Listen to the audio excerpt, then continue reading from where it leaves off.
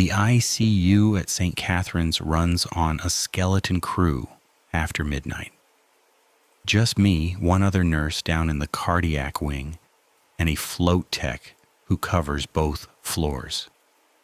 I'd been doing nights for about 8 months by then, mostly because the pay differential helped with rent, and I didn't mind the quiet.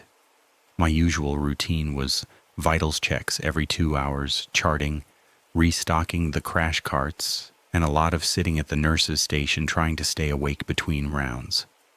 That Tuesday started normal. I clocked in at 11 p.m., got report from the evening nurse, checked my 4 patients. All stable. Mrs. Chen in 302 with pneumonia. Mr. Okafor in 304, recovering from a stroke.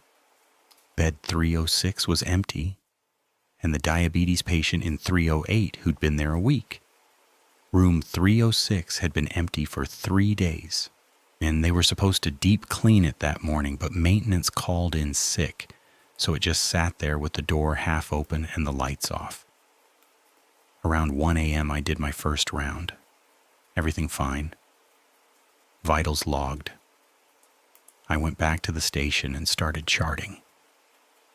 The ward was dead silent except for the hum of the ventilator in 304 and the occasional beep from the monitors. That's when I noticed someone standing in the doorway of 306. At first I thought it was the float tech, just a silhouette backlit by the dim hallway emergency lights. But the float tech was a short guy, maybe 5'6". This person was taller, and they weren't moving, just standing there facing into the empty room. I called out, "Can I help you?" No response. I stood up, walked a few steps closer. "Excuse me, visiting hours are over." Still nothing. Then they stepped backward into the room and I lost sight of them. My gut told me something was off, but I talked myself down. Probably a family member who got lost or came up to the wrong floor. Happens all the time. I walked down to 306, flipped on the light. Empty. Bed stripped to the mattress, IV pole in the corner, nothing else. I checked the bathroom. Empty. I stood there feeling stupid. I went back to the station and called down to the float tech. He picked up on the 3rd ring. Sounded half asleep. I asked if he'd been up on my floor in the last 10 minutes. He said no, he'd been in the break room. I didn't mention what I saw, didn't want to sound paranoid. At 3 a.m., I did my next round. As I came out of 302, I glanced down the hall toward 306. Someone was standing in the doorway again. Same posture, same height, facing inward. I froze. My heart kicked up. I watched for maybe 30 seconds. They didn't move at all. Not shifting weight, not looking around, just standing. I walked toward them slowly, my sneakers squeaking on the linoleum. "Hey," I called. "You need to leave. This is a restricted area." They stepped back into the room again, same as before. I got to the doorway and hit the light switch. Empty, completely empty. I checked behind the door, checked the bathroom again, even opened the supply cabinet. Nothing. Every instinct I had was screaming at me to call security, but what would I even say? I saw someone who disappeared? I'd worked nights long enough to know how that sounds. Sleep deprivation, shadows, stress. I told myself I was seeing things. Maybe I needed to eat something, drink more coffee. I went back to the station and sat down, but I couldn't focus on the charting. I kept glancing down the hall. Around 4:30 a.m., Mr. Okafor's monitor started alarming. Just a lead that came loose, nothing serious. I went in, reattached it, adjusted his blanket. When I came back out, they were there again, standing in the doorway of 306. This time I could see more detail, dark jacket, hands at their sides. Still not moving. I stood outside 304 and stared back. We were maybe 20 feet apart. "Who are you?" I said, louder than I meant to. My voice echoed in the empty hallway. They didn't react, didn't turn their head. I started walking toward them, my hands shaking. I got within 10 feet and they stepped back again. I ran the last few steps, slapped the light on. Empty. I stood in that room breathing hard, my pulse hammering in my ears. I was sure I'd seen them, absolutely sure. I pulled out my phone to call security, but then I hesitated. What if I was wrong? What if I was just exhausted and my brain was playing tricks? I'd heard stories about night shift nurses getting written up for false alarms, wasting security's time. I put the phone back in my pocket. I went back to the station and didn't move for the next hour. I watched that doorway, like my life depended on it. Nothing. At 6 a.m., the day shift started filtering in. I gave report, clocked out, walked to my car in the parking structure. The whole drive home, I kept checking my mirrors. The next night I came in and room 306 still wasn't cleaned. I asked the charge nurse about it and she said maintenance was backed up. I didn't mention what I'd seen. I did my rounds, charted, drank too much coffee. Around 2 a.m., I saw them again. Same spot, same posture. And this time I didn't approach. I just sat at the station and watched. They stood there for maybe 5 minutes, then stepped back into the room. I didn't go check. It happened 3 more times that shift, always in the doorway of 306, always facing inward. I started timing it. Roughly every 90 minutes, like clockwork. I thought about calling the police, but what would I say? Someone standing in a hospital room? They're not threatening anyone, not touching anything, they're just standing there.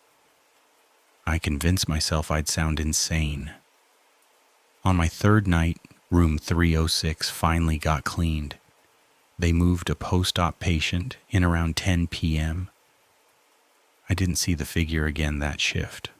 Or the next. I thought maybe it was over, whatever it was. But I couldn't shake the feeling that they were still there, just somewhere I couldn't see. I requested a transfer to days 2 weeks later. Told them I needed to adjust my sleep schedule. They approved it without questions. I still work at St. Catherine's, but I don't go near the ICU if I can help it. I never found out who that was or what they wanted. No one else ever mentioned seeing anything. To this day, I don't know if I was losing my mind or if something was actually there. I just know my gut was screaming at me every single time, and I ignored it because I didn't want to look crazy. I still think about it. I still wonder if they're standing in that doorway right now.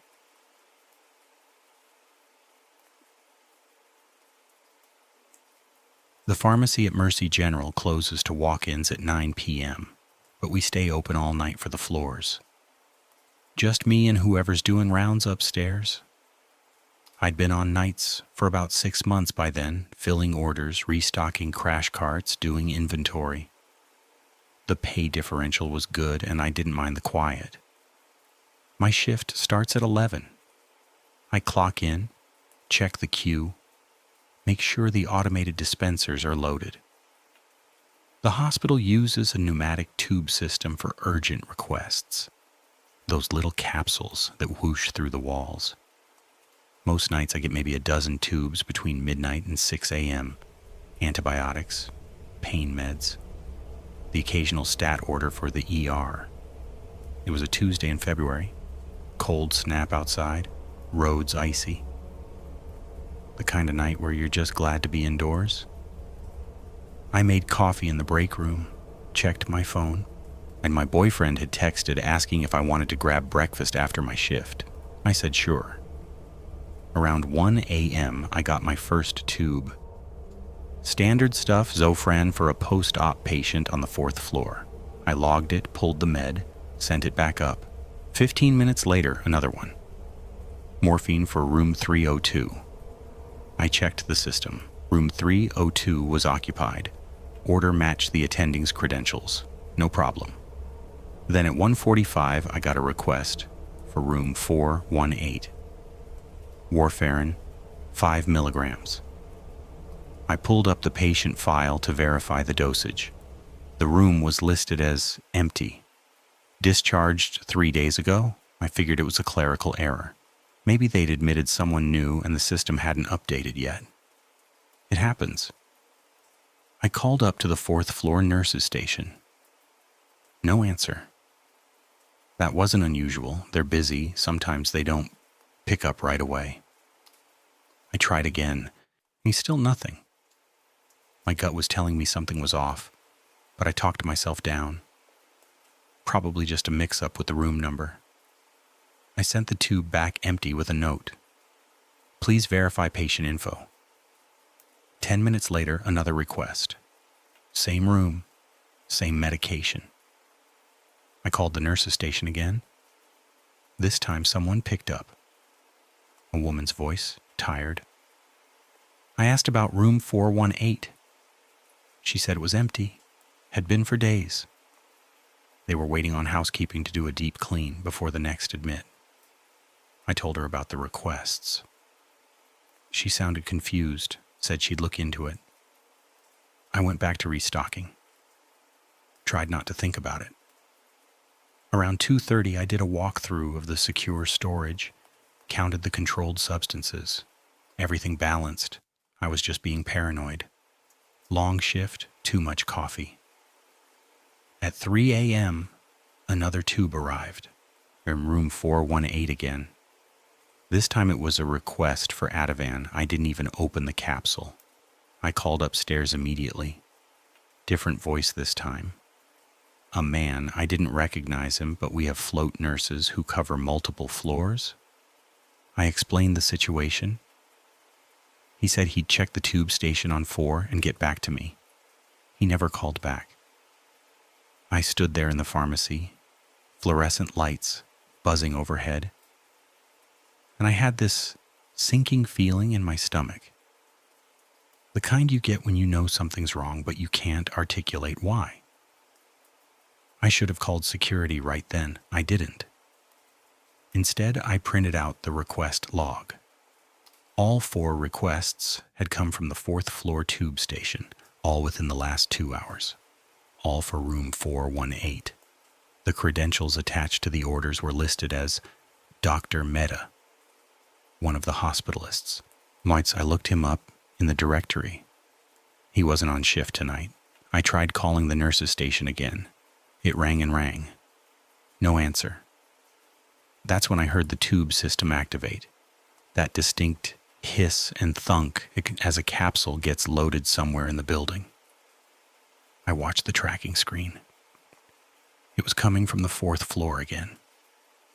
The capsule arrived. I didn't want to open it. My hands were shaking a little as I pulled it out of the receiver. Inside was a handwritten note on a prescription pad. It said, "Patient in 418 needs medication. Please send immediately." The handwriting was shaky, uneven, like someone had written it in a hurry or in the dark.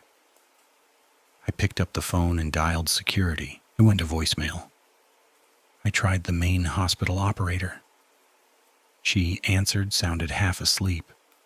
I told her I needed security in the pharmacy. She said she'd send someone and put me on hold. I stood there listening to the hold music, staring at the note. Every instinct told me to leave. Just walk out, go to my car, drive home. But I didn't. I waited. The operator came back on. She said security was doing rounds in the parking structure and would be up in 10 minutes. I said okay and hung up. The pharmacy has a big window that looks out onto the main corridor. It's usually empty this time of night. I glanced up and saw someone standing at the far end of the hall near the elevators. just standing there. I couldn't make out details. The lighting's dim in the corridors after midnight. Just the emergency exit signs and every third overhead light. They weren't moving, just standing there, facing my direction. I stepped back from the window, told myself it was a nurse, someone on break. But nurses don't just stand in hallways staring at nothing. I checked the time. 3:20 a.m. Security still hadn't shown up. I called the operator again. She said they were on their way. I looked back at the corridor. The person was gone. Another tube arrived. I didn't want to check it. I let it sit in the receiver for a full minute before I finally opened it. Another note. Same handwriting. Why won't you help? That's when I left the pharmacy. I locked the door behind me, walked straight to the main lobby, and sat in the waiting area under the bright lights until my shift supervisor arrived. At 6 a.m., I told her everything. She looked at me like I was losing it, but she called security anyway. They checked the 4th floor. The tube station up there was locked, required a badge to access. No one had used it after midnight except for the 2 legitimate requests I'd filled earlier. The other 4 requests, the ones for room 418, didn't show up in the system logs at all, like they'd never existed. But I still had the notes. I gave them to security. They filed a report, said they'd look into it. I never heard back. I requested a transfer to day shift the following week. They approved it without asking questions. I still work at Mercy General, but I don't go near the 4th floor if I can help it. And I've never worked nights again. I don't know who was sending those requests. I don't know what they wanted or why they were asking for medications for an empty room. Security never found anything. No unauthorized badge access, no footage of anyone near the tube station. But I still think about that figure in the hallway. The way they just stood there, not moving. And I think about that last note. Why won't you help? I don't have an answer. I don't think I want one.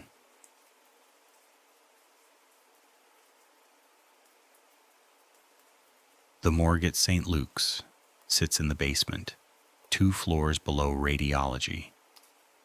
It's quiet down there. Just the hum of the refrigeration units and the occasional gurney wheel squeaking when someone from pathology comes through during the day. I'd been working nights for about 4 months by then, filling in after the previous attendant retired. The pay was decent, and I didn't mind the solitude. Most nights I just did paperwork, logged chain of custody transfers, and made sure the temperature logs stayed consistent. My shift started at 11 p.m. and ran until 7 a.m. I'd drive in from my apartment in Riverside, park in the employee garage, and take the service elevator down. The hallway leading to the morgue office had that institutional smell, antiseptic mixed with floor wax. Fluorescent lights overhead, and had some of them flickering because maintenance never got around to replacing them. There was a small office adjacent to the cold storage area where I'd spend most of my time. A desk, a computer, a logbook, and a coffee maker that made terrible coffee, but kept me awake. The visitor log was a holdover from before everything went digital. It sat on a clipboard by the door, mostly unused. Family members who came to identify remains during business hours would sign it, along with the funeral home staff who picked up bodies. At night, I rarely saw anyone. Maybe once a week, someone from pathology would come down if there was an urgent autopsy, but that was it. I noticed it on a Tuesday night, 3 weeks into March. I was going through the daily transfer reports, cross-referencing them with the log entries from the previous shift. And there was a signature I didn't recognize in the visitor log. Neat handwriting, all capitals. The name was listed as M. Reeves, and the time was logged as 2:47 a.m. The date was from 2 nights prior, Sunday night. The body referenced was tagged as DOE, Jane number 4721. I pulled up the database. Jane Doe, number 4721, had been released to county services on Friday afternoon. She'd been here for 6 days, unclaimed, before the county took over. There was no reason for anyone to visit her on Sunday night because she wasn't here anymore. I figured it was a clerical error. Maybe someone had signed the wrong line or referenced the wrong tag number. It happens. I made a note in my shift report and moved on. 2 nights later, Thursday, I came in and checked the log out of habit. Another entry, same handwriting. M. Reeves, again. I logged at 3:12 a.m. on Wednesday night. Same body reference, DOE, Jane number 4721. That bothered me. I called up to security and asked if anyone had accessed the basement level overnight on Wednesday. The guard on duty, Jerry, I think his name was, said no. The elevator required a key card after hours, and the logs showed no access between midnight and 6 a.m. except for mine. I asked him to check the camera footage. He put me on hold for a few minutes, then came back and said the camera covering the morgue hallway had been offline since Tuesday due to a wiring issue. Maintenance was supposed to fix it, but hadn't gotten to it yet. My gut was telling me something was off, but I didn't know what to do with that feeling. I thought about calling the police. But what would I even say? Someone signed a logbook for a body that wasn't here? It sounded ridiculous. I told myself I was overthinking it. Friday night, I came in early. I wanted to see if anyone showed up. I parked myself in the office with the door cracked open so I could see down the hallway. The fluorescent lights buzzed overhead. The refrigeration units hummed. I made a cup of coffee and waited. Nothing happened until around 2:30 a.m. I heard footsteps. Slow, deliberate. Coming from the direction of the service elevator. I stood up and moved to the doorway. A man was walking down the hallway toward me. He was wearing a long coat, dark pants, and dress shoes. His face was pale, expression completely neutral. He didn't look at me. He walked past the office door, stopped at the visitor log, and picked up the pen. I stepped out into the hallway. "Excuse me, can I help you?" He didn't respond. He wrote something in the log, set the pen down, and turned to face the cold storage door. He just stood there staring at it. "Sir, this area is restricted. You need to check in with security." He didn't move, didn't blink, just stood there, hands at his sides, staring at the door. Every instinct told me to back away. I stepped into the office and picked up the phone to call security. When I looked back out, he was gone. The hallway was empty. I walked out and checked the log. Another entry. M. Reeves, 2:34 a.m. Doe, Jane number 4721. I called security. Jerry came down about 10 minutes later. I explained what happened. He walked the hallway with me, checked the storage area, checked the supply closets. Nothing. No sign of anyone. He said he'd file a report and have someone review the elevator logs. I didn't see him again that night, but I couldn't shake the feeling that he was still down there somewhere.